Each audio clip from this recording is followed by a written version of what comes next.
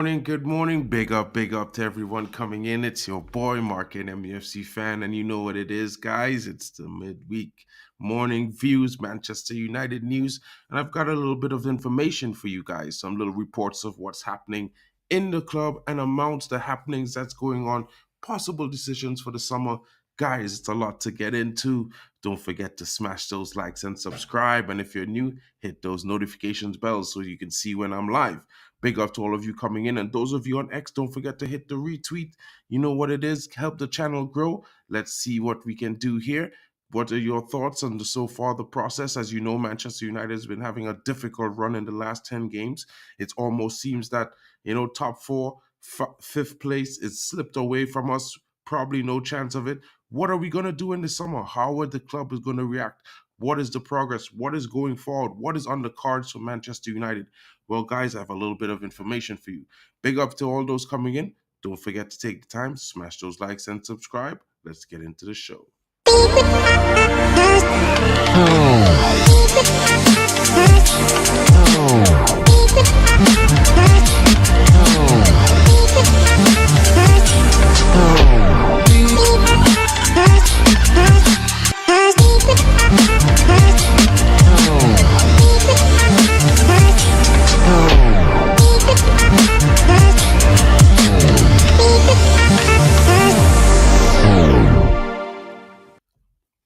Big up to Rich Sports coming in early. How you doing, my bro? Hope you're doing well. There's a lot to be talking about, and let's get into the news. I'm gonna read you a few reports on Manchester United, and let's see what's going on. As we all know, Jason Wilcox is about to come in. What is gonna happen? Let's see. Let's see what the start date is for Jason Wilcox. Apparently, Manchester United has set a starting date for his work. So let's see what's going to happen. I'm going to read this article to you guys, and you guys could let me know what you're thinking. Big up to all of you coming in this morning. Manchester United are reportedly advancing talks to appoint Southampton's Jason Wilcox and even set a starting date for him. The following is completion of the partial 27.7% investment into United. Sir Jim Ratcliffe and Ineos have been undertaking through an audit of the club to identify the areas of improvement. On multiple occasions, Ratcliffe has insisted he wishes to bring the best in class individuals to Old Trafford as he seeks to restore United's and their past glory.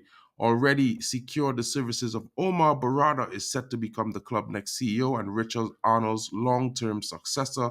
The Red Devils also remain in talks with Newcastle and Southampton for Dan Ashworth and Wilcox. Ashworth and Wilcox have been tipped to assume the sporting director and technical director roles respectively. Seemingly angered by United's approach for their executives, Newcastle and Southampton dug in their heels and are demanding more money in terms of compensation packages from the 20-time English champions. Earlier this month, a report covered by the People's Person relayed that United formally approached Southampton to express interest in Wilcox. The club offered the Saints an equivalent of a year of the 53-year-old salary, which Ineos believes to meet a buyout clause contained in his deal. This offer was knocked back by the championship outfit. In an effort to force through a switch to Old Trafford and Sir Jim Ratcliffe's project, Wilcox resigned from his post at St Mary's Stadium. United may, however, have to wait 12 months before formally appointing Wilcox while he serves a period of guarding leave. Southampton boss Russell Martin recently revealed that he expects Wilcox to join United despite ongoing standoff between the two clubs. Following the departure of John Murtaugh, it was also relayed that Ratcliffe and his associates are keen on stepping up their pursuit of former Blackburn winger as they want him to sit just in time for summer transfers. According to United Marketeers, a well-established and reliable source of online information about Eric Ten Hag's side, Ineos are making good progress with the deal to bring in Wilcox, and there's optimism he could start at United very soon. Wilcox, my understanding of the situation, he's now wrapping up some things with Southampton. Talks have gone smoothly, and they are confident in reaching compensation agreement, allowing him to start in the near future, likely around the beginning of next month. United Marketeers post. This is it there, guys. One of those things, it has to be said that Sir Jim Ratcliffe has been doing bits. Big up to you, Vegeta, coming in. Lots of good news coming off the pitch, Red Sports. You know how it is. It's one of those things. When you look at the news, you can see that, maybe Sir Jim Ratcliffe and Ineos might not be those amazing football owners. But you want to know something? Maybe we haven't even, most of the fans didn't want them because they're not providing that full sale, full buyout that we all wanted to clear the debt, stuff like that. But if you could look at the decisions that these guys have been making, the term best in class has been used a lot. I don't really like the term, to be fair. But if you notice, if you look at Omar Barada, he was definitely better than what we had for the last decade. Not only that, but also if you look at the fact that we should be getting Wilcox in the start of the new month coming soon in the 1st of May. But you never know what could happen. But the good thing is that they're making very astute decisions. They're bringing in people who have done very good jobs, wherever they were. They've been doing a very consistent and professional job. So, it's better than what United had before. So they're finally forming a structure with footballing intelligent people that could head the scenes behind what's happening with the manager and the team. And I think this is what our club has been missing for the last few seasons. For the last decade, we had lots of money to spend. Sure, we bought some big names, but were those big names the right choices? Did we have a proper philosophy and system? If you look at from Van Gaal to Ollie to Moyes, to Jose, there's so many different thoughts of football and footballing schools of thought in those four managers there. Then you bring in a Ralph Ragnick. It could be said that Ralph should have been here to be the CEO, to do the clear out, to redesign the football club and bring us into the new age. But then he was forced to be to coach as interim manager, and you can see the efforts of the players. So why isn't it now that fans of the club are not just looking at these players like, yo, you guys, you haven't proved anything to us.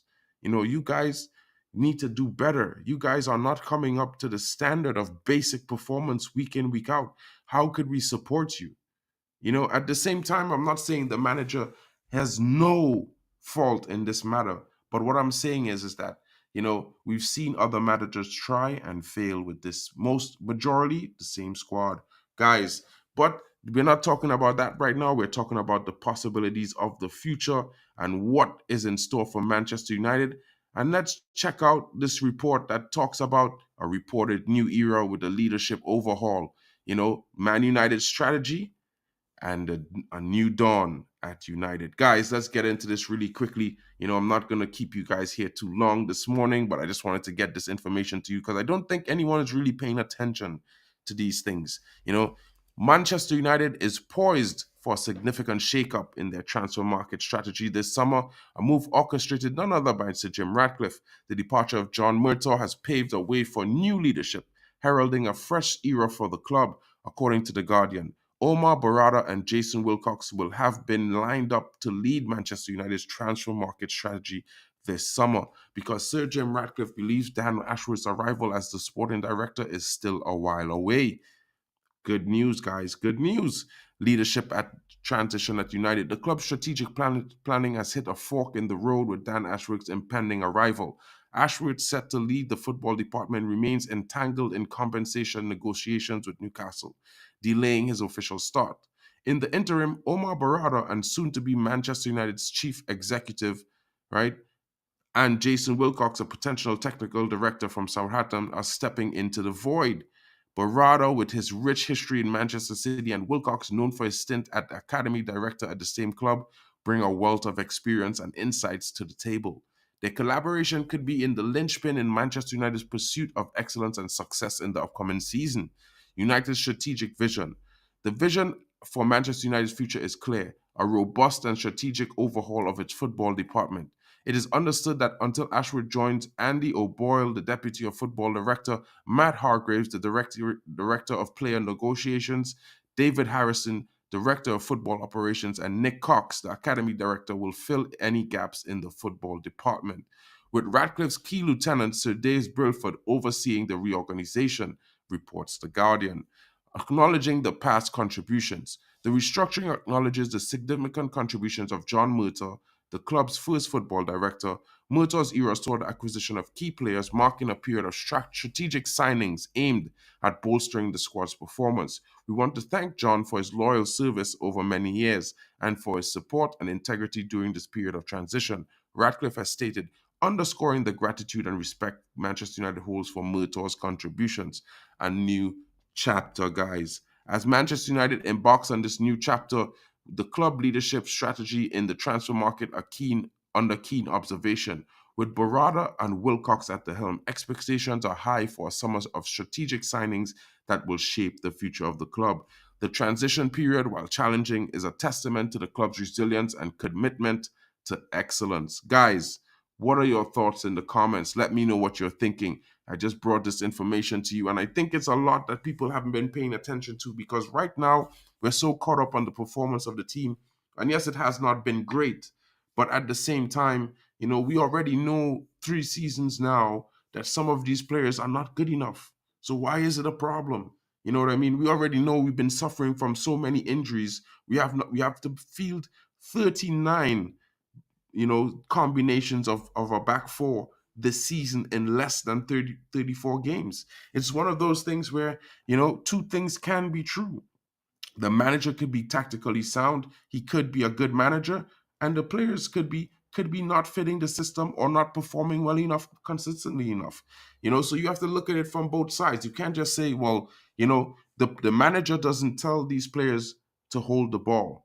The manager doesn't coach these players to make, possession-based passing. At a professional level, guys, no manager should be coaching a professional player on how to keep the ball. Like, I mean, what is the academy for if they're not teaching them how to hold possession and make proper passes, make a good pass or make a forward pass or hold possession? These are the things that we have to look at because at the same time, yes, the manager might be leaving the midfield too open, but is that because we don't have current center backs who can play the high line so that the line is in a mid block rather than in a high one? So therefore, there's a huge gap between the midfield and the defense. Maybe that's just the issue. Or, maybe the manager should change things. But there again, I ask the question to all of you watching and anyone else who might have a different opinion from me. How does the recruitment or the sporting director know what type of player you need if he doesn't see for himself that the current players that you have available aren't fitting the bill? It's interesting that we all want the manager to have his principles, have a style of play, but when the players aren't working, we want the manager to change things to suit the players, right? Is that going to be progression going forward? How are we going to know that these players aren't good enough if you keep playing them, right? And then you don't see the problems. If you play them in a system that benefits all of them, what's the need to change to a new system next season? What's the need to replace these players next season, guys? This is the question I want to ask you all. Because at the same time, I'm not happy with the fact that, our midfield is open. I'm not happy with the fact that sometimes I feel in-game management could be better from Ten Hag. But at the same time, I'm not happy with the consistent poor performances from a lot of the players on the field. Some of them are not running. Some of them are not tracking back. Basic expectation from players. Even you want to compare them with a lower level team like a Crystal Palace or even a Burnley. But when you look at Burnley, Luton, and all these lower level teams, they come out and they run themselves into the ground. Whether they're going to win or they're going to lose. If they lost 19 matches, they're still going to come out and run themselves into the ground. While we are not performing well, we're in sixth place. And our players some of them choose when to turn it on and when not to turn it on. This is the problem, guys. We need more consistency from the players. Also, I feel if we get a few more players that, maybe younger or maybe more suited to an expansive possession-based style of football, this manager could be more successful than he currently is. I mean, there's still a chance that we could sneak into top 5 and get Champions League, although some people might be saying that we don't deserve it. I disagree with that statement in the fact once the points are there and that's the position and the result at the end of the season, you earned that. And this is what I feel. But at the same time, I could be wrong as well. Big up to all of you joining me. Big up to you, John Morgan. And then I was late to the stream, guys. My bad, but I wanted to get John here and Vegeta and see if they could have their opinions, but they weren't able to make it this morning. I don't know if John as well might not be able to come in. But guys, these are some thoughts I was having, and I'm going to progress now into the fact where Eric Ten Hag has been speaking to the media, talking about some of the plans for the future and what the club is going to do. And I know a lot of you were mad about all the traveling that United has done last summer for preseason. But big up to all of you, because you know what? I think they heard us. And they're not going to be traveling as much as it did coast to coast. It's none of that nonsense. We're going to have a home base this time. Although we are going back to the USA, we're going to be solely in one place. All the games are going to be played there, and then it's going to be a very short time because we're going to spend some time to coach tactics, positional play, patterns of play. These things are going to happen, but there's also going to be a treat to you guys, because remember, John, myself, and Vegeta, and some of the other guys, I did a stream with some young talent, not only at Manchester United, but possible young talent that might be coming into the club. And I just wanted you guys to know this preseason is going to see a very exciting turn of events, because with Eric Ten Hag, as you know, he's very good with the youth. You are going to be in the building, and I want to show you something. Big up to everyone coming in. Now let's get into this information here, guys. Eric Ten Hag lifting the lid on next season's planning in the strongest hint yet that he'll stay. Big up to all of you, right? So let's see what's happening here. While it is generally not expected that the manager player appears in promotion material for the club or communications and leaves, it's seldom this is detailed. Ten Hag revealed his plans for players, the squad he intends to take on tour, as well as the changes from last year that he's hoping will bear fruit later on. On the squad, he said, unlike last season, there were two different units, first team and the academy. This time, there will be one group with a mix of both. There's the Copa America as well as the Euros in the summer. Some players' participation will take them out of the manager's hands, which is where the academy youngsters will fill in. And yes, you heard it. Academy youngsters will fill in, the likes of Shea Lacey, Ethan Wheatley, among the candidates that are already training with the first team ahead in preparation for what's to come in the summer. Guys, listen to this. He said, we have a strong first team squad with players that can present themselves to the fans, but especially to us. They have the high levels, they have the levels to play in our team for next season. There will be a mix with the experienced players together with some young players. The squad will be strong as possible, but of course, players who go far in the Copa America and the Euros will not be involved. On the plans for the tour, Ten Hag revealed that there will be less traveling and more focus on preparations by staying close at one base. He said, we had a good time there in the US last year. This time we will do things slightly differently. We will stay longer in the base camp, not so much traveling anymore. We will play against strong opponents. 5 preseason tours have been finalized by United, as California has been designated as the main base for activities. He said that their primary focus will be on training structures, patterns of play, and enforcing certain standards on the team. The manager also said that he excited for foreign supporters to have a glimpse of players like Kobbie Mainoo, who wasn't a household name in the summer of last year. The hope is that another Mainoo emerges from the encouraging preseason, and Ten Hag's detailed comments clearly point to the fact that he believes he will be in the dugout when the player comes, something which Fabrizio Romano has also alluded to recently. Guys, what are your thoughts? Let me know in the comments. Let me know what you're thinking, because you know what? This is one of the strongest hints yet. And to be fair, guys, I'm pretty much excited and happy by this, because we need, and the team, not just the team, but everyone around as a fan, we need to know some stability. And with the manager seemingly staying for next season, it's going to be stable. You know what I mean? And, just a bit of information is like, guys, what are we doing? Do we want to progress, or do we just want to reset and start all over again? It's not always so bad. And, some people might say I'm a glass always half full type of guy. But at the same time, I look at it from the school of thought where, two things can be right sometimes. We have not performed well, but it doesn't mean we're shit. We could be better. maybe we need to make some changes. It's just one of those things. Like I don't feel the manager is inept. Else we would not have finished third and played in two cup finals last season in his first season in the Premier League. If you was to compare him to De Zerbi, who has spent 2 seasons in the Premier League with a much more stable squad and a better structure behind him, he has yet to finish in any of the top 6 places. Well, actually, he finished sixth last season. My bad on that. But it's one of those things where, his performances have not been as good. And sure, people could say there's a clear style of play, but won't you get that if you have a squad that has been built for that style of play over a 7-year period? I think you would. I think it's one of those things. I think it's also why Liverpool and Man City academy players perform the way they perform when they get to the first team. They've all been playing in the same system for the last 5 to 7, 8 years. And that's why they get familiar with it and they know what to do. You know what I mean? And let's see what's happening here because there's one more article I wanted to bring to you. And, maybe it will help you understand what's going on with the club and how we might be progressing. Let's see what happens here.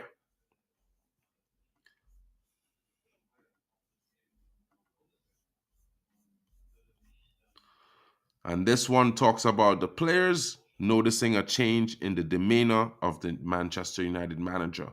Guys, let's read into this last article and hear what this brings. Eric Ten Hag job remains up in the air, and reports suggest that Manchester United definitely fears its manager has resigned himself to the sack at the end of the season.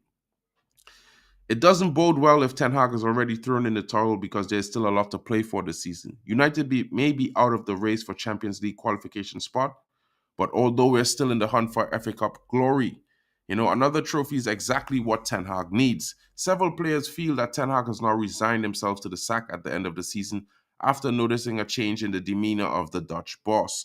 Neil Custis, who wrote this article, claims players have spotted Ten Hag's change of mood, suggesting he knows the axe will fall. Their performances would paint a different picture because the results may be bad, but I don't think the players have given up on Ten Hag. United are currently sixth in the Premier League table ahead of Saturday's trip to Bournemouth. We are 11 points off fourth spot after a run of only one win in 6 games. If only we had beaten Brentford and Chelsea from those winning positions. United would be crazy to sack Ten Hag. Who else is there? The report also claims that the former Brighton and Chelsea manager Graham Potter is in line to take over after a meeting with Sir Jim. As we going to ignore, are we going to ignore the fact that Ten Hag massively overachieved in his first season after a season that has been a write-off due to injuries? Furthermore, United needs some sort of stability throughout this change. Ineos are planning, Potter doesn't excite, and Ten Hag deserves at least one more summer to get things right, especially with a proper football structure being built around him. Guys, it sounds like if I wrote this article, but at the same time, I would never write Ten Hag out because, to be fair, guys, it's one of those things for me where I don't think it's something we should be discussing as a fan base. It's a lot of hearsay, a lot of opinions. But if you take away all the opinions and all the noise, and you look at the bare facts, there has been no club in the past 4 or 5 seasons, let's say a decade, that has dealt with a takeover. They have dealt with players being suspended for all kind of, allegations, and we have had two of those. Then we had another player who was suspended because he fell out with the manager, and it's based on him not being able to take criticism.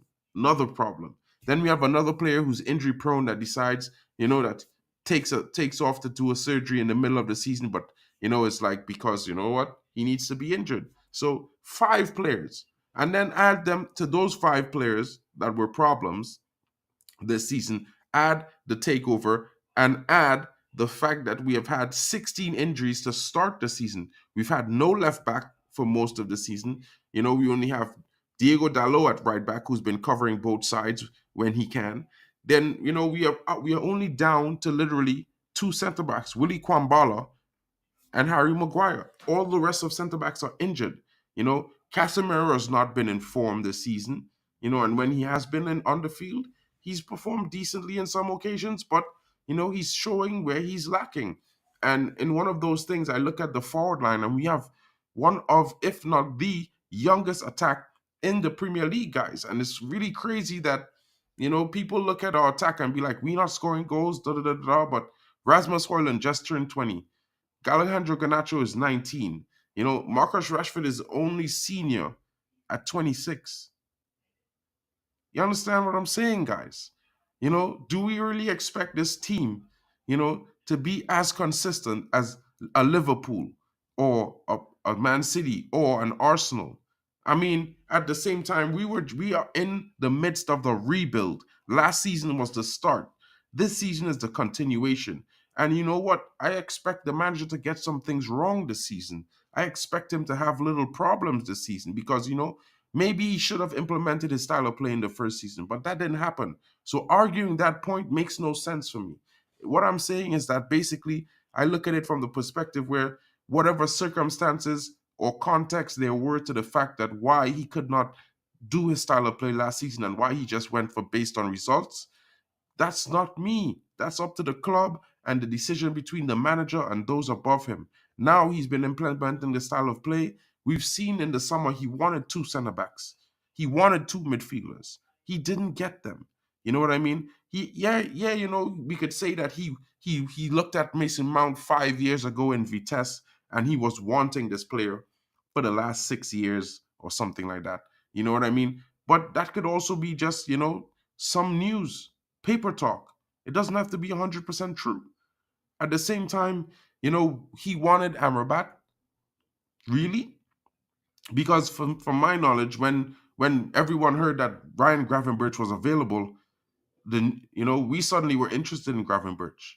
But we were also priced out because bad spending by the back room, bad spending over multiple seasons left us in a situation where we had no money to spend.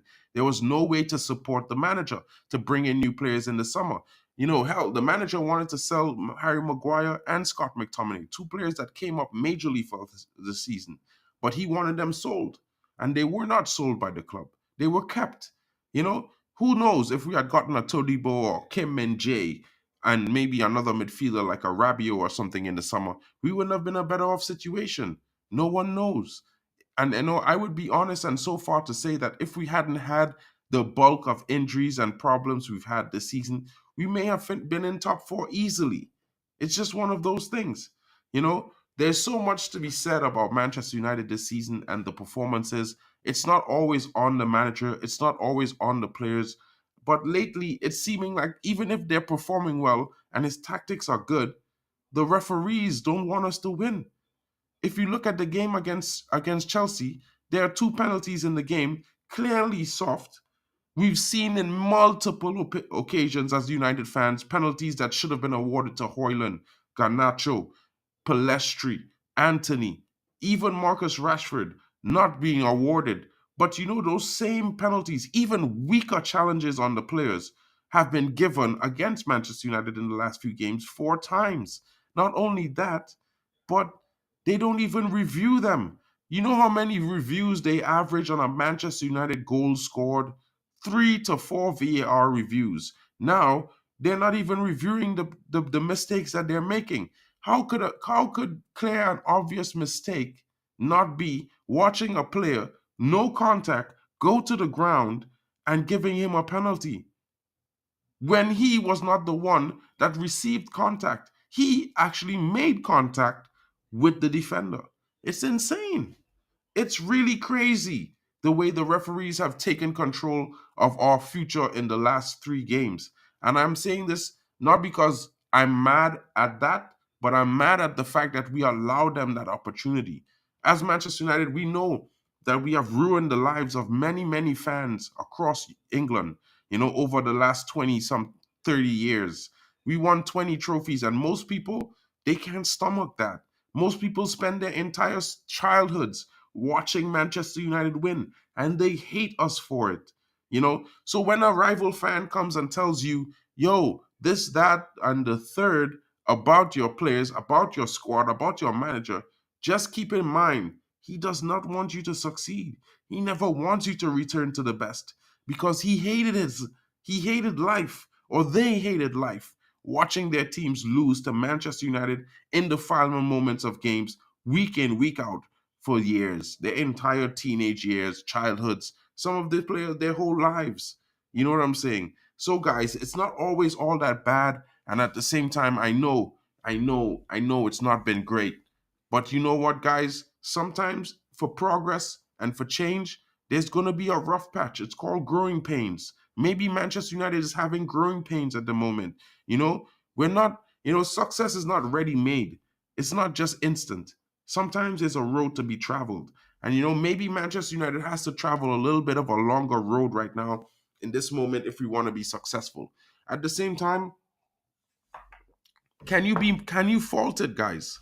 We've been squandering money signing players, whether they've been past their prime or too old or they weren't the right signing. We've been doing that for a decade. Can't we wait 2 years for that to be fixed, or three? I would say that's fair. Waiting 2 to 3 years to fix the problems we've created over a decade is fair enough. You know what I mean? Yes, we are one of the clubs in the world with the largest fan base with about 500 million fans. True. Do the 500 million fans all purchase merchandise to support the club? I don't know. Now, I'm not saying you have to purchase merchandise to be a supporter of the club, but in order for us to spend the kind of money some fans be expecting us to spend every single summer, that's what it will take. Every fan buying merchandise so the club earns money, so they can spend the money.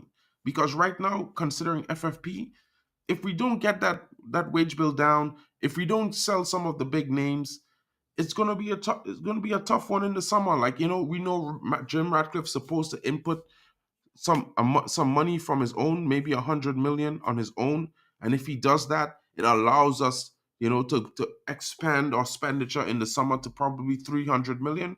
But I still don't think we're going to spend more than 220 million. I think it's going to be around the 200 million mark. It's going to be one of those things where we look at players who fit the profile and have the possibility or the potential to be world class, rather than players who at the top of the list going for like 70, 100. We might get a marquee signing because, as you know, we've been looking at Joao Gomez. You know what I mean? And it's one of those things. It's like we've been looking at Joao Felix as we got this youngster. So it's one of those things. You know what I mean? Like there's top players that we're looking at, but don't be surprised if we go at some players who are just have the potential to be good or better. You know what I mean? We may not go for an Ivan Tony, but we might go for a Xerxes, or a Benjamin Sesko. You know what I mean? So it's one of those things. You have to look at the perspective, open it up a little bit, because yeah, we want to succeed now, but at the same time, we are not ready for that success right now. We've done too much. We've let this squad rot too much. We've let too many things go awry in the back room and around United, to expect success in this moment. So guys, don't forget to smash the likes and subscribe. If you're watching from X, hit a retweet, smash a like, leave a comment, help the channel grow, guys. You know what I mean? So hopefully I could get to 500 subs by the end of this month, maybe. I would hope for that. Maybe I could hit 1,000 by the end of the season. That would be amazing. Big up to all of you coming in. Big up to you, Kenny Fan TV. I know you're not well, bro. I hope you get well soon. Sorry to hear that you're not feeling well, my bro. You know how it is. Some days it's good, some days it's bad. You know what I mean? Gattuso said it better himself. Some days might be good, some days might be shit. It's one of those things. But Manchester United guys, we're not down, we're not out of it. We might be down a little bit for the moment, but we're still in a decent position. At least we're not Chelsea. You know what I mean? They spent the entire season in 11th. They're just tied for 8th right now at the moment. But if they lose at the weekend, they're back down the table. If we win at the weekend, it's still possible that the teams above us are going to lose the next 2 to 4 games. As you know, Tottenham has to face Arsenal, Man City, Liverpool, and Chelsea in the next 4 games. And it's the same thing with Aston Villa. So there's a high possibility that we might still get there in the end. But can this manager, can this team come together, find that consistency and those performances to get us over the line? And this is the question that fans should be asking. One thing I would like to ask you fans and those of you watching, please give your support to the squad. Give your support to this manager. Block out all the media noise.